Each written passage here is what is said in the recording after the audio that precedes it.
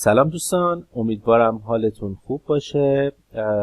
امروز با بررسی یک معامله دیگه در خدمتتون هستیم. به نظر معامله جالبی بود که احساس کردم میتونه براتون مفید باشه. خب در جفت ارز یورو دلار در تاریخ 24 دسامبر تقریبا 2-3 روز پیش بود این معامله. در تایم 4 ساعته که روند سعودیه. اگر دوستان نمیدونن چرا سعودیه، ارجاعشون میدم به دوره خودمون که حالا هم در کانال ما هست و هم در کانال یوتیوب، یعنی هم در تلگرام و هم در یوتیوب. خب پس روندمون سعودیه. اینکه روندمون سعودیه چه معنی داره؟ اگر معاملات سل بزنیم باید تارگت های کوتاه‌تری بگیریم، چون احتمال اینکه قیمت به سمت بالا دوباره حرکت کنه زیاده، و اگر معاملات بای بخوایم بگیریم میتونیم تارگتمون رو بلندتر بگیریم.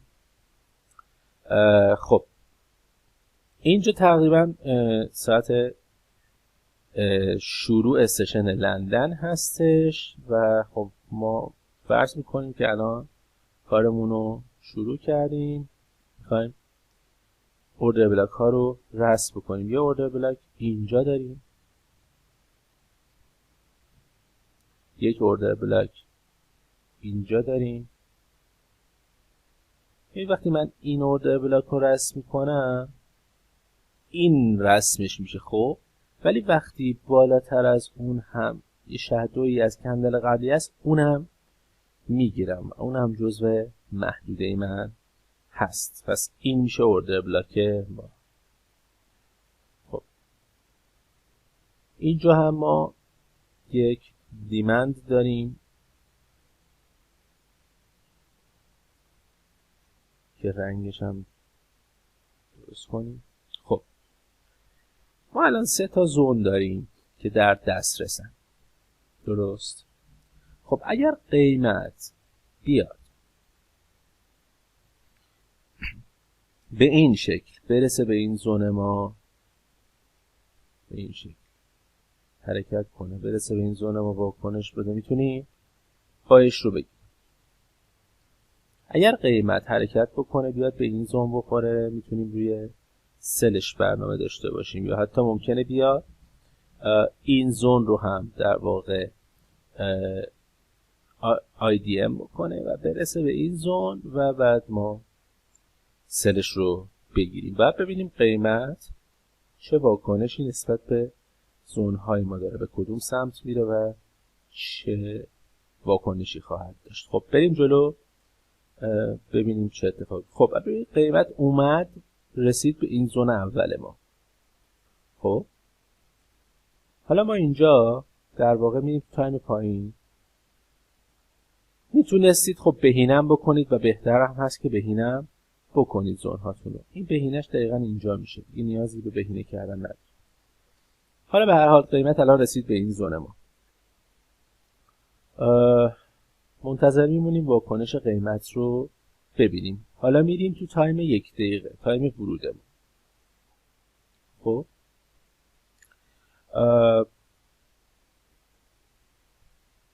همچنان قیمت داره نفوذ بیشتری توی زون ما میکنه. خب یک کندل قوی رو به پایین زد. اگر قیمت بیاد در واقع اینجا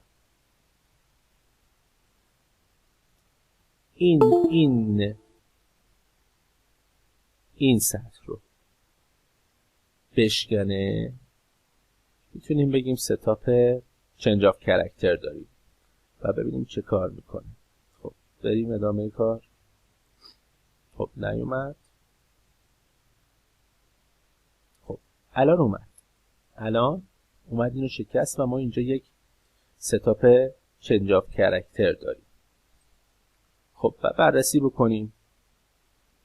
این سقف رو در واقع شکسته، چک لیستمون رو بررسی میکنیم، میبینیم که خب این سقف شکسته شده، میبینید بالاش کلوز کرده، پس این یک کف قویه و بعد از شکست این کف ما در واقع چنج آف کرکتر معتبری. خب حالا شرط دیگه‌ای که میمونه و باید بررسی بشه واگرایی RSI هست. ببینیم واگرایی داره یا نه. خب چیزی که میبینیم اینه که یه واگرایی خیلی واضح، بذارید من اینو ضخیم بکنم، خیلی واضح اینجا سقف بالای سقف زده شده ولی اینجا سقف پایینه، سقف قبلی زده شده. خیلی واضحه که واگرایی داری. پس این شرط ما هم اوکی هست. پس ما دیگه میگیم که ما اوردرمون رو اینجا میذاریم. حالا اگر بیاد استاپ بشه بره بالاتر دوباره ورود بده وارد میشیم، یا ممکنه حتی بیاد این زون رو حتی بیاد ترمینیت بکنه، بیاد بالا و به بالایی برسه واکنش بده، ما ورود میکنیم. به هر حال بازار هستش و ما آمادگی هر شرایطی رو داریم براش. خب اوردرمون رو رسم میکنیم. اجازه بدید من اینو یه خورده کوچیک‌تر کنم تا همینجا کافیه. اوردرمون رو رسم میکنیم برای ورود به این شکل، یک عرضه‌ای که موقعیت خوبی برای ما میتونه ایجاد کنه. خب حالا اوردرمون رو دیگه میذاریم و منتظر میمونیم برسه بهش. ببین من معمولا ابتدای بادی میذارم، دیگه بستگی داره، ممکنه بذارید ابتدای بادی قیمت نرسه موقعیت از دست بره، ممکنه، ولی عوضش اگه برسه ریوارد بهتری میگیرید. اگر نه آدمایی هستید که روحیتون جوریه که نمیخواید موقعیت از دست بدید، میتونید همین اول شادو هم بذارید. من میذارم ابتدای بادی، استاپ 1 پیپ بالای زون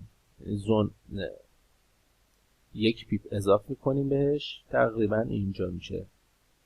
خب من اوردرم رو گذاشتم، استاپم هم مشخص کردم. حالا برای تارگت باید چیکار کنم اونم بهتون میگم.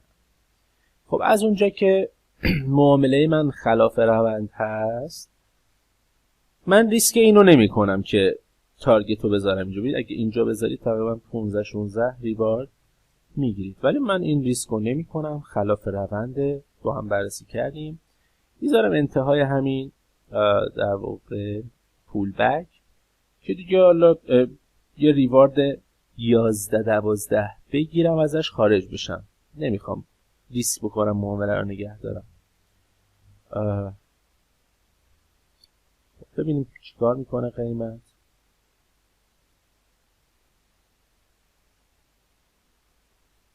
خب قیمت میاد میرسه و اوردر ما رو فعال میکنه. دقت بکنید که از اینجا به بعد کار ما فقط مدیریت پوزیشنه. خب اگه قیمت بیاد این کفو، ببینید این کفو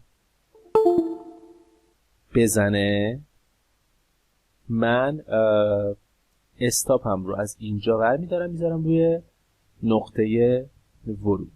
بریم با هم ببینیم چیکار میکنه قیمت.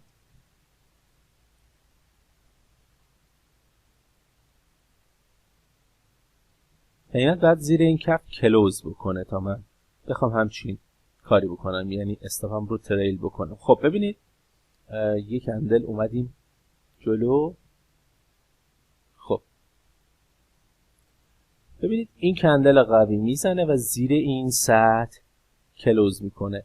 الان دیگه من استاپم که اینجا بود رو برمیدارم میذارم روی نقطه ورود. اوکی، این سطح که شکسته شد استاپم رو من تریل کردم.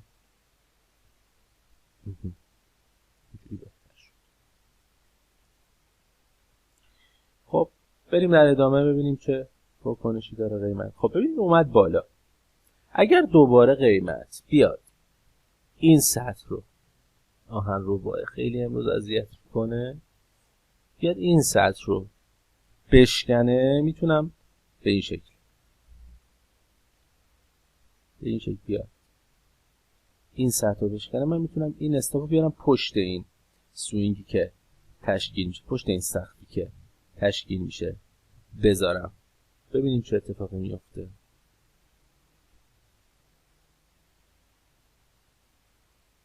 خب هنوز نشکسته کفو، بازم نشکسته هنوز. خب ببین اینجا شکست، اینجا این کف اومد شکسته شد. من مجازم که استاپمو بیام از اینجا وردارم بیارم پشت این سقف بذارم. همین. حالا بریم ادامه کار. خب دیگه میتونید همینجوری مدیریت بکنید پوزیشنتون رو. ببینید من اینجا که اومده کف پایین کف زده، دیگه اینجا نمیام استاپمو تریل بکنم. به چه دلیل نمیام تریل بکنم اینجاها بذارم استاپمو؟ به خاطر اینکه اینجا من یه نقدینگی وحشتناک دارم، یه نقدینگی خیلی خیلی زیادی دارم که احتمال میدم که قیمت بیاد بالا، این نقدینگی رو جمع میکنه و بعد بریزه. پس من استاپم رو نمیارم اینجاها دیگه بذارم، میذارم همونجا بمونه. خب خیلی جالب بود. ببینید قیمت اومد اینجا این نواحی رو نقدینگیشو جمع کرد، یعنی نقدینگی خط روند رو جمع کرد و دوباره برگشت. یه نمونه آموزشی بود در واقع. حالا من دیگه میتونم خیلی راحت استاپمو از اینجا بردارم بذارم پشت این کف، چون این شادو اومده تمام نقدینگی ها رو سویپ کرده، دیگه خطری تهدید نمیکنه از این حیث حداقل ما رو. حالا بریم دوباره ادامه معامله. خب ببینید اینجا رو ببینید، اومد دوباره یک کف دیگه. من مجددا میام استاپمو میذارم بالای این سقف، چون نه نقدینگی دارم نه چیزی تهدید میکنه منو و با خیال راحت میتونم تریلم رو انجام بدم. بریم ادامه کار. خب ببینید ما اینجا در واقع از معامله خارج شدیم. میخوام بهتون بگم چند ریوارد گرفتیم. تقریبا 6 ریوارد از این معامله ما گرفتیم که عدد خوبیه.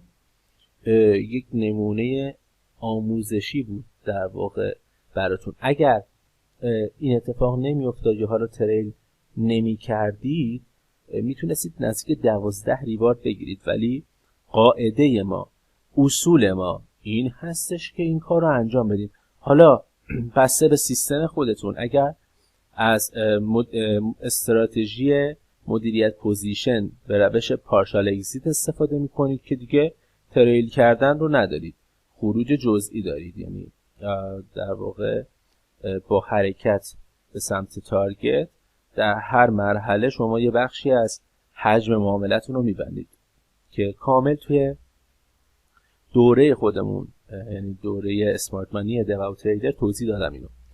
ولی اگر انتخاب کردید که در واقع تریل بکنید استاپتون رو به دنبال قیمت، باید پی این مسئله رو هم به تنتون مالیده باشید. ببینید قیمت خیلی جالبه که در نهایت حرکت میکنه به سمت پایین و تارگتمون رو هم تاچ میکنه. اینجوری نباید باشه که اگه من مثلا تریل نکرده بودم استاپمو 12 ریوارد گرفته بودم، وای من چرا نمیتونم. خب این طبیعت این بازاره. ما یک استراتژی داریم، یک اصول داریم، یه سری قواعد داریم، چک لیست داریم، طبق اون عمل میکنیم و دیگه نتیجه دست ما نیست. خب اونجوری باشه الان میبینید در ادامه حتی قیمت بیشتر از اینم ریخته. ببینید یعنی دقیقاً اومد اون زونی که من کشیده بودم رو حتی تاچ کرد و واکنش داد نسبت بهش. خب ولی ما خب بیام بگیم آقا اگه اینجا گذاشته بودم من 20 ریوارد گرفته بودم، خب نمیشه دیگه، یا مثلا 16 ریوارد گرفته بودم. به هر حال احساس کردم که معامله جالبی بود، نکاتش جالب بود، یه مروری هم میشد براتون موضوعات.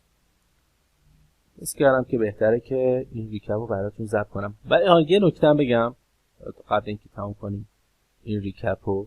ببینید اینجا رو ببینید، اینجا قیمت اومده بالای این شادو کلوز کرده و بعد ریخته چنج اپ کاراکتر داشتیم، ورود کردیم به معامله و نکاتی که الان با هم مرور کردیم. یه سری از بروکرها رو من چارتشون رو چک کردم، اینجا شادو بود و اینجا قیمت بالای این شادو کلوز نکرده بود و اگر این اتفاق میفته خب ما وارد معامله نمیشدیم و این معامله رو از دست میدادیم. به خاطر همین من تاکید میکنم که حتما توی تریدینگ ویو چارت بروکرهای معتبر مثل FXCM رو تحلیل بکنید و تریدتون رو حالا توی پلتفرمی که توش معامله میکنید انجام بدید، ولی تحلیلتون اینجا باشه. لطفا تحلیلتون اینجا باشه چون چارت معتبری ارائه میده. امیدوارم که این ریکپ براتون مفید بوده باشه. یه مقدار طولانی شد، دوست نداشتم انقدر بشه، برای آپلود کردنش هم به داستان میخورم با این نتی که الان دارم. همین دیگه، خیلی مخلصیم، مراقب خودتون باشید. اینم اینجا تموم شد، معامله اینجا بسته شد، فکر نکنید اونجا بسته شد. مراقب خودتون باشید، موفق و مؤید و پیروز باشید.